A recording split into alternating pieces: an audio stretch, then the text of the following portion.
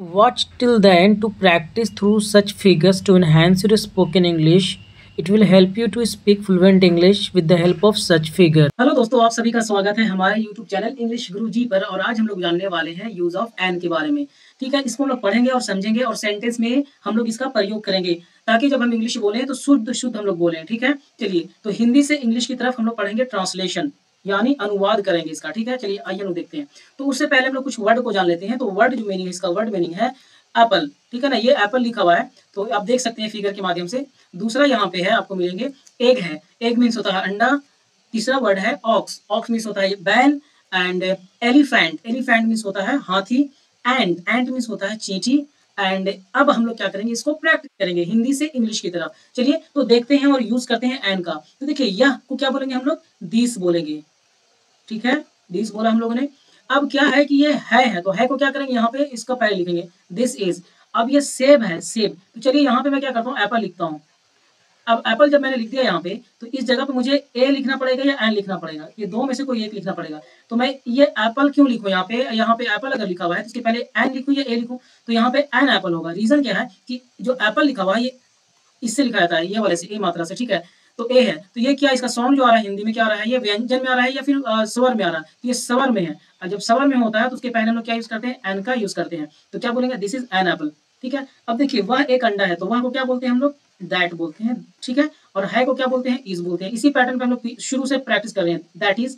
अब अंडा है तो अंडा को ई डबल जी लिख दिया हमने, तो ये अभी तक गलत हो गया। इसको क्या करना पड़ेगा, यहाँ पे कुछ ना कुछ मुझे लिखना पड़ेगा। एक अंडा है तो क्या करेंगे, यहाँ पे ए लिखेंगे या एन लिखेंगे, तो यहाँ पे हम लोग एन करेंगे। क्यों करेंगे, क्योंकि एक लिखते हैं तो ए से लिखते हैं, इससे। और ये क्या होता है, यहाँ पे स्वर है या व्यंजन है, तो स्वर है। और स्वर के पहले क्या यूज करेंगे हम लोग, एन का यूज करेंगे। ठीक है, उसी तरह से देखिए यहाँ पे इसका, यहाँ पे यह हाथी है तो यहाँ पे एक लिखा हो या ना लिखा हो, आपको ए लिखना है। इसे यहाँ पे यह एक हाथी होना चाहिए, लेकिन लिखा हुआ यह हाथी है अपना वहां पे, तो उस जगह पे ए या एन का इस्तेमाल आपको करना होगा। ठीक है, बिना ए और एन के नहीं लिख सकते हैं। तो यहाँ पे दैट है, यहाँ पे इज कर दिया। अब ये हाथी है तो हम लोग क्या करेंगे, यहाँ पे एलिफेंट लिख देंगे, E L E P H A N T, elephant. अब बताइए यहाँ पे कि यहाँ पे तो एक लिखा हुआ नहीं है, तो क्या यहाँ पे भी छोड़ दूं, नहीं, ऐसा हम लोग ये गलती नहीं करेंगे। यहाँ पे हम लोग को लिखना पड़ेगा। ए लिखेंगे या एन लिखेंगे तो ए तो कभी नहीं आएगा। क्यों नहीं आएगा, क्योंकि एलिफेंट तो हम लोग ए लिखते हैं, ए ली। तो ये जो ए आया यहाँ पे, ये स्वर है या व्यंजन है, तो ये हो गया स्वर। और स्वर साउंड के पहले क्या करते हैं हम लोग, एन का इस्तेमाल करते हैं, जैसे कि आपने पहले सीखा है। ठीक है, आपने इतना सारा ये वर्ड प्रैक्टिस कर लिया है, हम लोग और एक आगे देख लेते हैं। अब देखिए यहाँ पे वह एक बैल है तो वह के लिए क्या करेंगे हम लोग, यहाँ पे दैट करेंगे।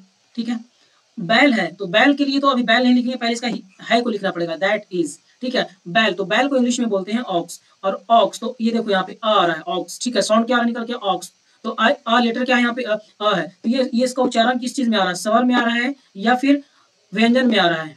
तो जब ये स्वर में जब आते हैं तो उसके पहले ए करेंगे या एन करेंगे, तो यहाँ पे हम लोग एन करेंगे। क्यों करेंगे, क्योंकि इसका साउंड जो है, उच्चारण जो है वो स्वर में आ रहा है। बात समझ रही है। ठीक है, तो यहाँ पे क्या करेंगे, दैट इज एन ऑक्स। अब यहाँ पे यह चींटी है तो देखो यहाँ पे भी एक लिखा हुआ नहीं है, लेकिन जब इंग्लिश में बनाएंगे तो यहाँ पे लिखना पड़ेगा। ठीक है, ए या एन का इस्तेमाल करना पड़ेगा। तो देखिए यहाँ पे मैं लिखूंगा दिस, और है को क्या लिखूंगा, इज लिखूंगा।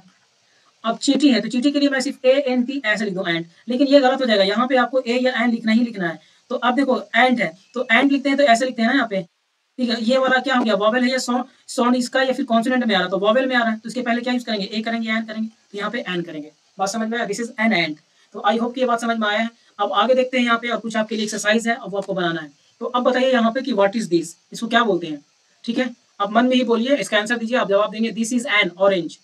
चलिए दूसरा देखते हैं यहाँ पे, व्हाट इज दिस। तो इस फिगर को देख करके what comes to your mind to reply, क्या जवाब देंगे इसको देख करके, तो you must reply this is an all. ठीक है, अब आगे देखते हैं यहाँ पे, इसका दूसरा है यहाँ पे figure, what is this. So when you look at this picture what comes to your mind, ये क्या आता है आपके दिमाग में इसको देखने के बाद, तो this is an eye, this is an I.